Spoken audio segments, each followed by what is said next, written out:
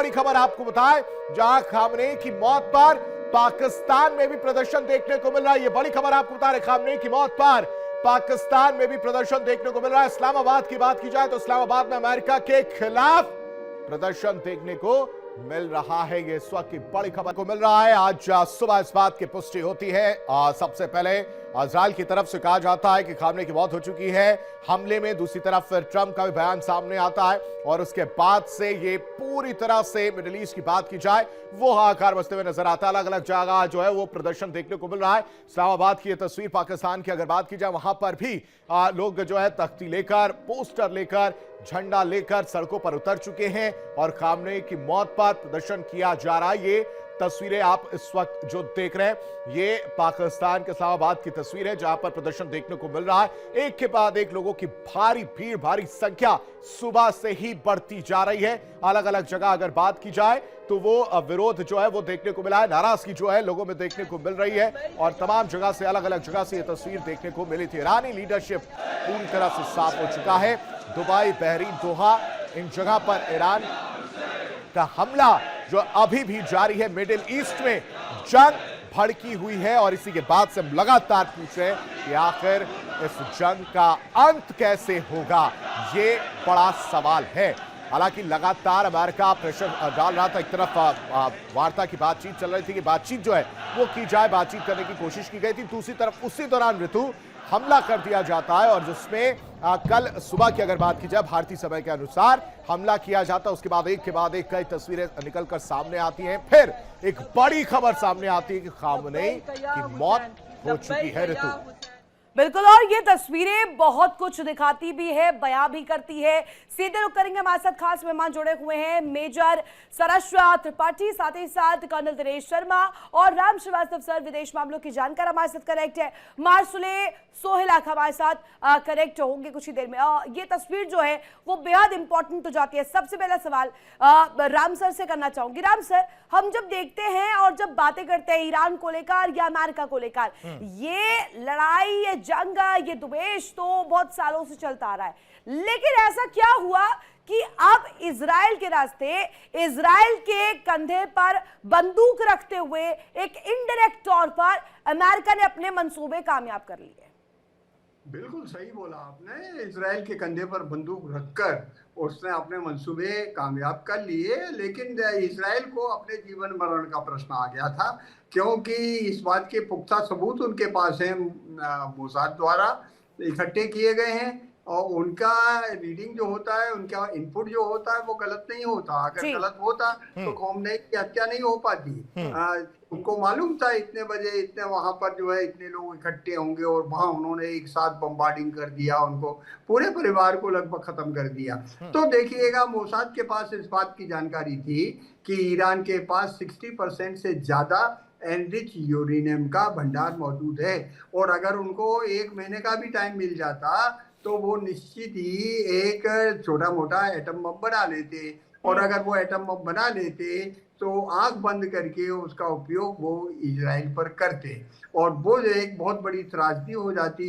और उस त्रासदी के होने के पहले उन्होंने ट्रंप को मजबूर किया, जैसा कि कूटनीतिक क्षेत्रों से खबर आ रही है। ट्रंप अभी तैयार नहीं थे किसी तरह के बड़े युद्ध में फंसने के लिए, क्योंकि ऑलरेडी उनके टैरिफ बम के कारण जो है उनकी बड़ी थू-थू हो रही है अमेरिका में। जब से वहाँ सुप्रीम कोर्ट ने उसको गैरकानूनी बता दिया है और जो डिपोर्टेशन वो लोगों का कर रहे हैं उसको भी गैरकानूनी बताया है, तब से उनकी पॉपुलैरिटी 32% रह गई है। इससे ये पता लगता है कि ट्रंप को मजबूर किया गया। किसने किया? सऊदी अरब ने किया। किसने किया? इजराइल ने किया। और ये क्या किया कि जिस तरह से जल्दी इसको खत्म कर दिया जाए, नहीं तो गड़बड़ हो जाएगी। और खत्म करने के लिए इस बात की पुख्ता जानकारी अब टेक्निकल सोर्सेज में आ चुकी है, जो जल्दी पब्लिक प्लेटफॉर्म में आ जाएगी, कि उन्होंने पाकिस्तान की एयर स्पेस का उपयोग किया और जाकर सीधा बम्बार्डिंग कर दिया। 200 प्लेन अगर कहीं चले जाएं वो पता भी नहीं लगे। असंभव।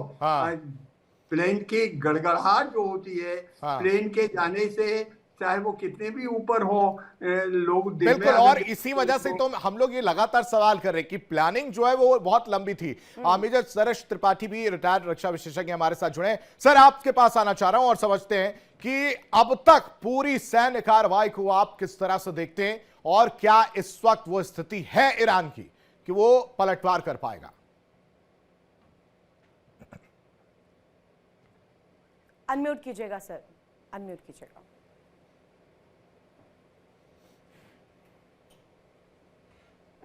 देखिए, ये तो बहुत स्पष्ट है कि ईरान बहुत लंबे समय तक वार नहीं कर सकता, क्योंकि युद्ध के लिए जो दो सबसे प्रमुख चीजें चाहिए, एक तो आर्थिक संसाधन और दूसरे सैन्य सामान। ये दोनों भी ईरान के पास बहुत सीमित हैं।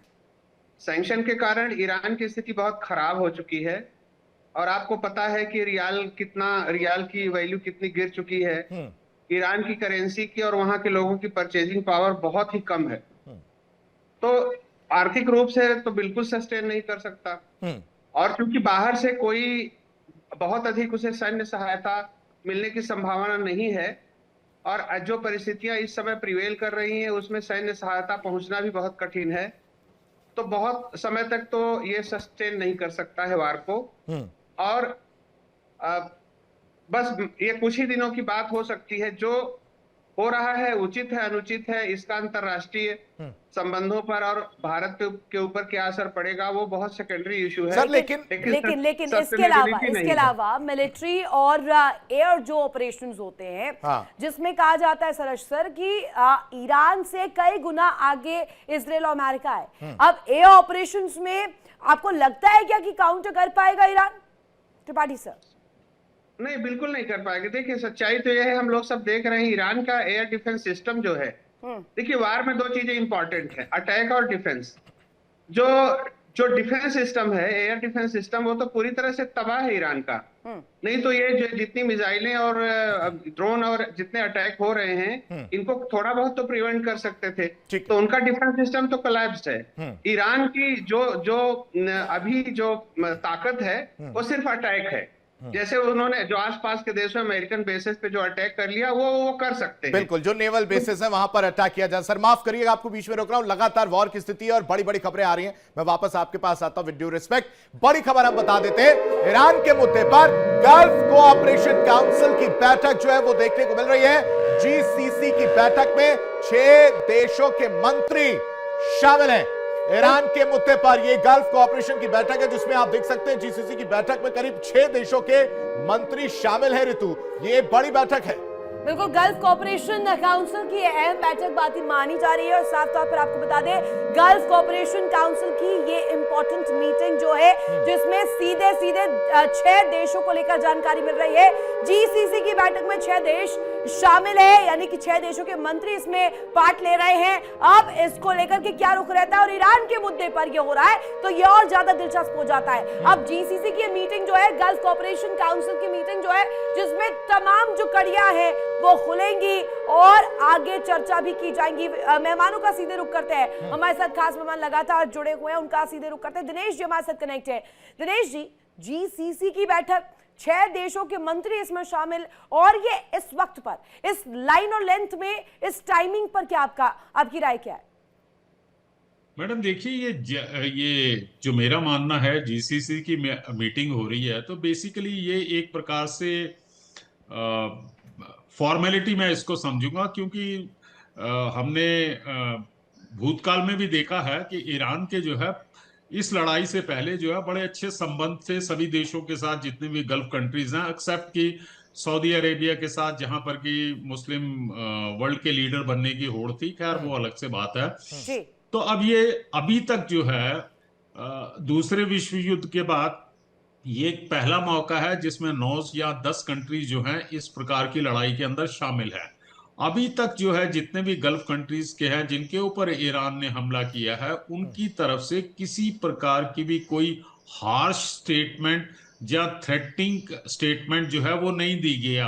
हार्ट ऑफ हार्ट वो भी जानते हैं कि बेसिकली ये लड़ाई जो है ईरान वर्सेस अमेरिका और इजराइल की है।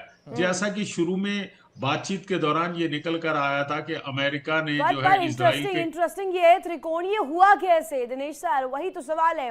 लड़ाई तो ये कह रहा था अंदर खाने से अमेरिका और ईरान की थी, अब इसमें इजराइल का स्टेट, इजराइल की कंडीशंस, अरब कंट्रीज की कंडीशन, मिडिल ईस्ट में अलग अलग कंट्रीज की कंडीशन, ये बहुत इंपॉर्टेंट कड़ी है। वापस लौटूंगी, चाहूंगी आप इस पर जवाब दीजिएगा, लेकिन इस बीच एक बड़ी खबर, बड़ी जानकारी बता दें दर्शकों को। मिडिल ईस्ट की जंग में परमाणु हमले का खतरा बढ़ गया आशीष। बिल्कुल, और ये बड़ी खबर है, लगातार एक एक बड़ी खबर हम आपको बता रहे हैं। मिडिल ईस्ट की बात की जाए, जिस तरह से उथल पथल है, वहां पर परमाणु हमले का खतरा बढ़ता हुआ नजर आ रहा है। केमिकल हथियार से हमले की धमकी ईरान दे चुका है। ऋतु, ये समझने की बात, ये बड़ी खबर है। जंग के बीच IAEA ने कल इमरजेंसी मीटिंग बुलाई है, यानी केमिकल हथियार का जो इस्तेमाल है उसको लेकर एक डर मिडिल ईस्ट में पनपता हुआ नजर आ रहा है। परमाणु हमले का खतरा बढ़ता हुआ नजर आ रहा है ऋतु। बिल्कुल, और केमिकल हथियारों का जब जिक्र आता है, ये स्पष्ट तौर पर अब्बास अरागची हो, ईरान के प्रतिनिधि हो, या खामिनेई हो, जब वो मीटिंग्स का दौर चल रहा था, धमकियों का दौर चल रहा था, आशीष उस दौरान की तस्वीर आप याद कीजिएगा। ये कहा जा रहा था कि हमारे जंगी बेड़े में पटाखे नहीं पड़े, हमने भी मिडिल ईस्ट में ये जो दमखम मनाया है, ये यहाँ पर हमलावर हो सकते हैं हम। केमिकल हथियार का जो बिहाफ यहाँ पर दिया गया और जो निशाना यहाँ पर साधा गया, साफ तौर पर स्पष्ट करता है ईरान जो है पलटवार के मूड में है, लेकिन क्या कर पाएगा, इसी को लेकर मैं चाहूंगी दिनेश सर जो पिछला सवाल था उस पर भी जवाब दीजिएगा, और अभी जिसमें कहा जा रहा है कि अब सीधे सीधे बात परमाणु शक्ति को लेकर, यहां पर केमिकल हथियारों को लेकर हो रही है। पुराने वाले सवाल को थोड़ा सा कंप्लीट कर देता हूं। देखिए साहब, ऐसा है कि इजराइल के लिए जो है ये एक तरह से जीने और मरने का सवाल है। उसे मालूम है कि ईरान के पास जिस दिन भी परमाणु बम आया, उसने ऑलरेडी पहले ही ईरान ने कई बार कह चुके हैं कि जिस दिन वो परमाणु बम उसके पास आएगा, वो सबसे पहले जो है इजराइल को खत्म करेगा। ये एस्पेक्ट ये हो गया। अब बात आ जाती है अरब कंट्रीज, मिडिल ईस्ट कंट्रीज के अंदर। जैसा कि मैंने बताया कि ईरान के विदेश मंत्री ने अपने काउंटर पार्ट जितने भी मिडिल ईस्ट के अंदर है उनसे बातचीत किया है, और उन्होंने कहा है कि हम जो भी एक्शन लेंगे वो अपने सेल्फ डिफेंस के रूल को मद्देनजर रखते हुए रहेंगे। और हमारी आप लोगों से गुजारिश है कि आप अपनी धरती को या आप अपनी फैसिलिटीज को अमेरिका को इस्तेमाल ना करने दें ईरान के ऊपर हमला करने के लिए। लेकिन ये नहीं हुआ, तो उसके बाद जो है ईरान ने जो है इनके ऊपर जो है काउंटर अटैक शुरू कर दिए। उसके दो एस्पेक्ट है, एक तो वो अमेरिका को एक प्रकार की मैसेजिंग करना चाहता है कि हम आपके जो इंटरेस्ट हैं, जो आपके नॉन नेवल बेसिस हैं, उनको हम टारगेट कर सकते हैं। और दूसरा उसका मेन कारण ये भी है कि वो जो मिडिल ईस्ट के कंट्रीज हैं उनको एक प्रकार से भयभीत करना चाहता है, ताकि वो अमेरिका के ऊपर प्रेशर डालें कि इस युद्ध को साइकोलॉजिकल तौर पर ये हो रहा है, आप ये कहना चाह रहे हैं? जी, हाँ, साइकोलॉजिकल तौर है, क्योंकि वॉर के अंदर जिस समय युद्ध शुरू होता है तो उस समय युद्ध के मैदान से जो खबरें निकल कर आती हैं उसके कई एस्पेक्ट्स हैं, कई मीनिंग निकाले जाते हैं। कुछ होते हैं साइकोलॉजिकल वॉरफेयर के लिए, कुछ एक प्रकार का माहौल बनाने के लिए, और वो इस वक्त पूरा माहौल जो है वो देखने को मिल रहा है। वापस लौटता हूं आपके पास, लगातार एक एक बड़ी अपडेट सामने आ रही है। इस बीच एक और बड़ी खबर दर्शकों को बता दें कि ईरान ने तेल टैंकर को निशाना बनाया है। ओमान के तट पर तेल टैंकर को निशाना बनाया गया। लगातार हम मिडिल ईस्ट की बात कर रहे हैं ऋतु, अब देखिए ओमान के पास यानी ओमान के तट पर ये तेल टैंकर को निशाना बनाया गया है ईरान की तरफ से।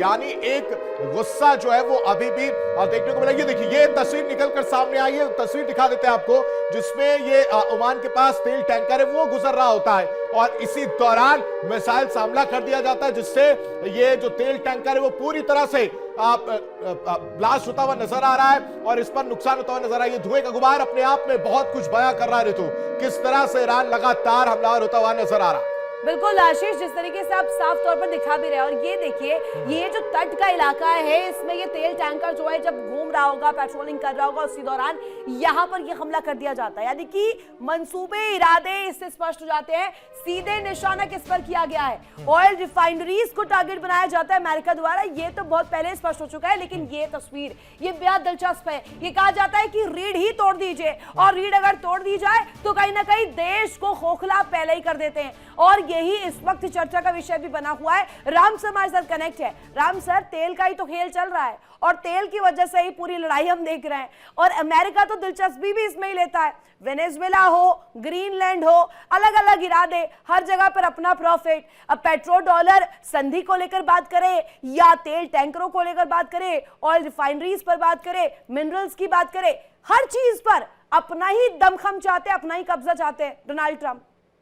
बिल्कुल सही बात है, आपने जो एनालिसिस किया बिल्कुल अपनी जगह 100% सही है। अमेरिका की नज़र ना तो मानवता है, ना मानवता के हितों में है और ना उसको इस बात की फिक्र है कि गाजा में 70,000 से ज़्यादा लोग मर गए और उसको चिंता सिर्फ एक ही है किस तरह से अपने खजाने को भरा जाए और खजाने के अलावा वो अपने खुद का जो व्यवसाय है, व्यापार है, उसमें कैसे वो प्रमोट कर रहे हैं। यही एक कारण है कि ट्रंप जो है आज अपनी पॉपुलैरिटी खो रहे हैं। लेकिन यहाँ जो अमेरिका की चाल थी या कूटनीति थी, उसका उनको फायदा ये मिल रहा है कि उसने अरब कंट्रीज के देशों को जो बड़े शांतिप्रिय ढंग से विकास की और मानवता के हित में आगे बढ़ रहे थे, उनको आपस में लड़ा दिया और उसका हश्र क्या होगा ये समय बताएगा। लेकिन इसमें एक कड़ी ये समझाइएगा राम सर, ओमान जिसको लेकर के कहा जाता है, हम अगर कंडीशन मिडिल ईस्ट की देखें, वहां पर अरब कंट्रीज और साथ ही साथ खाड़ी के जो देश हैं, और अभी तस्वीर सामने आती है इराक की, लिबिया की,